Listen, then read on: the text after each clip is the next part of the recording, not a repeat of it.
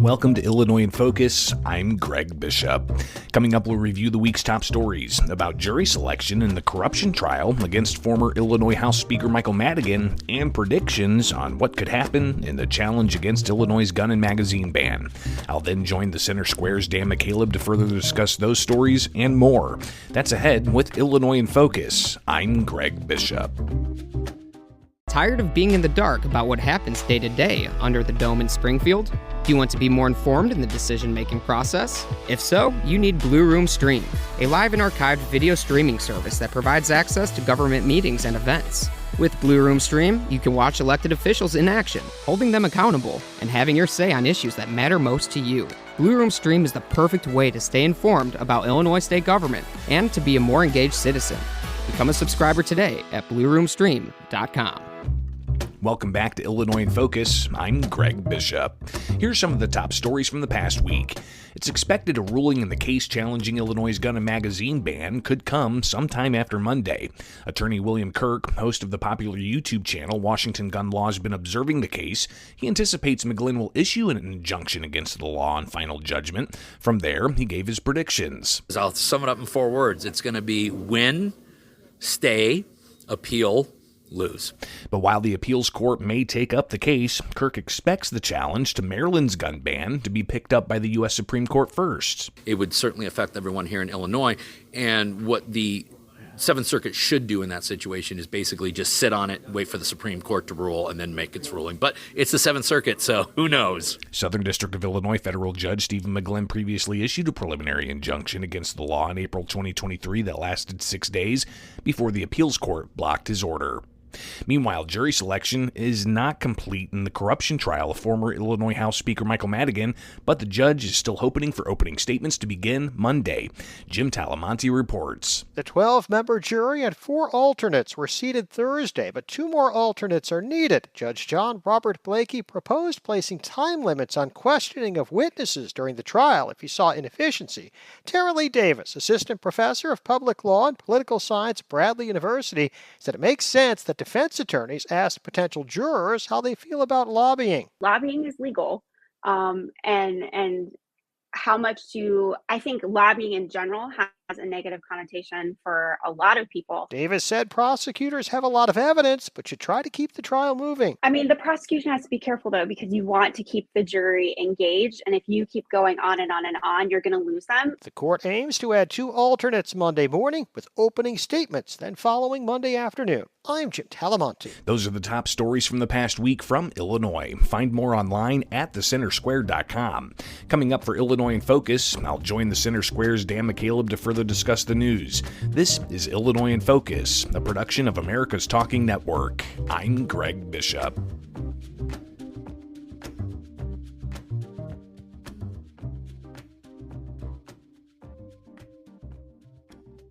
Some people would call him a loser. He ran for state office. He was beaten. He started a business. He failed. He ran for Congress. He lost. He was nominated for vice president. He lost again. But he knew only those who never tried are the real losers. And Abraham Lincoln was no loser. Persistence. Pass it on. From the Foundation for a Better Life at values.com.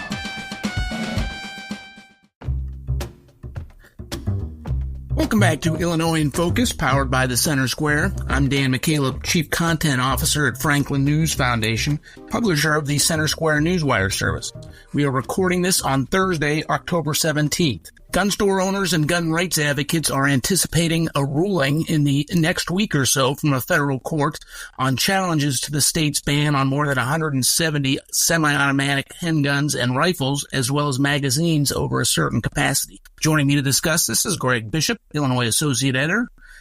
Greg, bring our listeners up to date. So if you recall, last month, the Southern District of Illinois federal judge Stephen McGlynn held a 4-day bench trial, hearing from experts from both sides, debating whether or not governments can ban certain types of firearms. And the case actually had gone up to the appeals court on preliminary grounds last year, and that was after Judge Stephen McGlynn in the Southern District issued a preliminary injunction essentially saying that the law could not be enforced. Well, that was back in late April of 2023, just about 4 months or so after the law was enacted.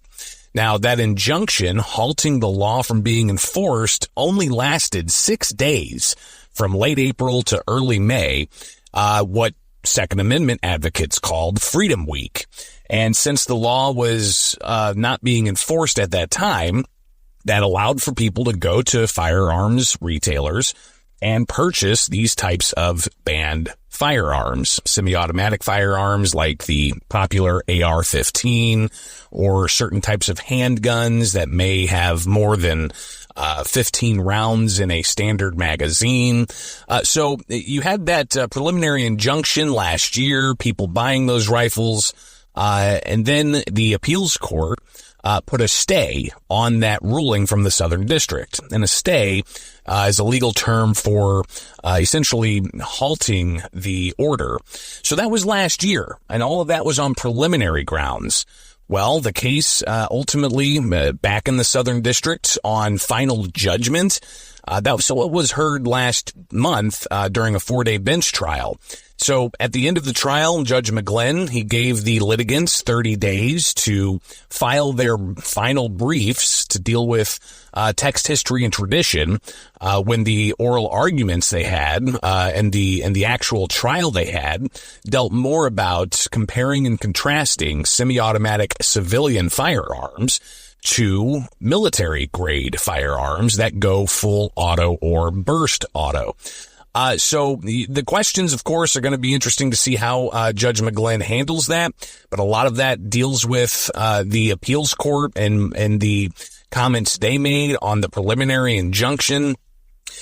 So everybody's anticipating that after that 30 days, which is going to be October 21st on Monday, sometime after that, McGlynn is going to issue some kind of ruling. Now, those who've observed this case up to this point, taking into account that McGlynn issued a preliminary injunction last year, given some of the comments that McGlynn made in the courtroom. If you recall, Dan, he closed out the 4-day bench trial talking about the race riots in East St. Louis from 1917, where the black population there was terrorized by the white population there, with dozens of people officially on, dead from that back in 1917, and just absolute decimation. Well, McGlynn said, what if the black population had firearms that were being debated back then? Would they have been able to protect themselves? So that's in the preliminary injunction from last year, signaling to those observers and some gun stores across the state that he's going to issue a permanent injunction on final judgment, and then it would be done in the federal district court. So what that would mean is, once he issues that permanent injunction, if that's the order he issues, that's going to mean the law cannot be enforced until there's other possible action in the appeals court. So if he does issue a permanent injunction, then you can imagine there's going to be a lot of activity at gun stores, especially considering how much activity there was last April of 2023 when we would talk to gun stores and they said that they were doing a month's worth of business in one day. So an interesting point here, I was able to travel to a couple of different gun retailers up in the suburbs. Gat Guns in East Dundee, they said that they are ready to deliver firearms to people who bought them back in April of 2023. Kind of fascinating, Dan. If somebody at the day 5 of what the Second Amendment community called Freedom Week, if they purchased a AR-15, well, you have to wait 3 days, right? It's the so-called cooling off period, so the background checks, and they have to wait 3 days.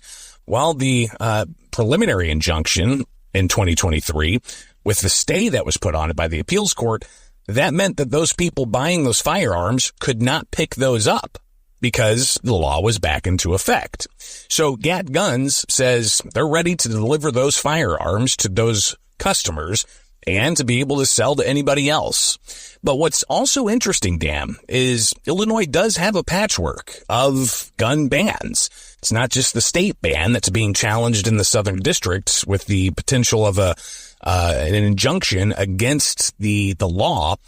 You've got cities like Highland Park and Deerfield and Naperville that have their own city ordinances banning the sale and possession of these firearms. So I wasn't only able to talk to Gat Guns, I also connected with Law Weapons, and Robert Beavis is the owner. He has not been able to sell firearms like the AR-15s since late 2022, and he's also in litigation against the city of Naperville over that. But in 2023, when the so-called Freedom Week happened, Beavis was not able to sell anything because Naperville's law was still in effect. And he says that even if McGlynn does issue a permanent injunction, which most people expect that to happen, he's still going to be unable to take part in the sale of those firearms. So it's a fascinating contrast between, a couple of different gun stores and how they've been impacted by this law. But one thing also, Dan, that we've got to make sure to be clear on, everybody's waiting to see how quick the appeals court may act on any kind of stay or trying to move forward with this case. Some people anticipate it could be 20 minutes from when McGlynn issues his preliminary injunction, if that's the route he goes. Others holding out hope that it might last a few days. But another big unknown is, when exactly is McGlynn going to issue any kind of ruling? Is it going to be Monday afternoon, or is he going to take some time to fully digest the briefs that the litigants are going to file, and then put out a ruling maybe 2 or 3 weeks after the fact? We'll be watching that very closely at the centersquare.com. Could this be one of those late Friday afternoon, Friday evening news dumps, Greg, that us and the media business love so much? Just anticipation of that. Dan, is it all right if I start a little later the next Friday? Let's talk about that offline, Greg. And so the appeals court, doesn't the appeals court need to wait for the state, assuming, of course, McGlynn issues this permanent injunction? Doesn't the appeals court have to wait for the state to file an appeal with it, or it can just jump right in, huh? No, it has to be, a motion filed by the defendants, the state government, to actually trigger an appeals court action. And it's fully anticipated that they will rather quickly, if not immediately, file an appeal. And the other way around, too. They probably got their appeal if already. McGlynn doesn't issue a preliminary, or if he doesn't issue a permanent injunction, it's fully expected that the plaintiffs in this case will file an appeal. Well, listeners can keep up with his ongoing story at thecentersquare.com. Let's move on, Greg. We are now 6 days into jury selection in the federal corruption trial of former Illinois House Speaker Michael Madigan. Why is this process taking so long? Yeah, it's a great question. And I think that a lot of it has to deal with, whether or not jurors, or potential jurors are really plugged in to understanding who Mike Madigan was, the power that he had, but also just the complexities of this case dealing with state legislators, state government, unions, patronage, insider deals, lobbyists. So it's a cornucopia of controversial issues that if you ask, you take a poll of most people and you ask them, hey, are lobbyists good? They're probably going to have a bad taste in their mouth.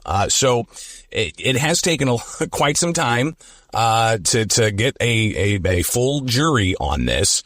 I believe today, Thursday, when we're recording this, our reporter Jim Talamonte in the courtroom, he did tell us that they've got the 12 jurors now and one alternate. But Dan, it's Thursday. They're not in court on Friday for Madigan's corruption case. And the judge had initially said that he hopes to have a 10-week trial, and then it's now going to be an 11-week-long trial. They were hoping to have some opening statements Monday, but it looks like it could be Monday afternoon. I guess it really all depends on whether or not they can actually get the not just full jury, but the alternates seated as well. But I think, again, back to, why it's taking so long. They're being very meticulous, and it's not just the prosecutors that are wanting to make sure they get, fair jurors. It's the defense, and they want to make sure that they also get a fair jury. So obviously, a lot's at stake with this. We're not going to get any kind of outcome before the election next month. And it looks like probably not going to get an outcome on this until sometime in the new year as we rapidly approach the holiday season. Wow, you mentioned a reporter, Jim Talamonte, our colleague, who's been in the courtroom for much of this. Every day I'm anticipating getting a new chat from him. They just spent the last 2 hours questioning a single juror. They've been asking him all kinds of crazy questions that are unrelated to the case whatsoever. So good for Jim. He's sticking it out. He'll be covering the trial for us when they do seat a jury. They have learned from him earlier today that they picked the 12th jury. Now they have 6 alternate juries to go. They have to pick alternate jurors, in case one of the main 12 jurors gets sick or says or does something that they're dismissed by the judge. It's been a painstaking process. And looking forward to seeing what happens with those opening statements and all of the evidence that we're anticipating from the prosecution. Related to the Madigan prosecution, Greg, was the ComEd 4 trial that occurred last year. Jury reached a guilty verdict against all 4 ComEd employees and lobbyists. They have appealed the jury's verdict, want the case thrown out. Prosecutors this week filed paperwork saying that jury verdict should not be thrown out, and there's no reason for a new trial. Just briefly bring us up to speed on that. Yeah, and we've got to also just kind of take a step back and talk about that recent U.S. Supreme Court ruling that dealt with narrowing the bribery statute, the federal bribery statute, and all of the questions that raised over the summer and how it would impact the Madigan trial, but also how it could have impacted the ComEd 4 trial. So surely that plays in this as well. But ultimately, you had a jury hear all the facts in the ComEd 4 trial and found unanimously, Dan, and that's important for people to know, for somebody or group of people like ComEd 4 to be found guilty, it has to be unanimous. So a jury of their peers found them guilty, given the evidence that was provided. And I think that the prosecutors recognize that and are making their case that there's no need for another trial, and those convictions should stand. There's an ongoing lawsuit against the Chicago Teachers Union filed by some of its own members.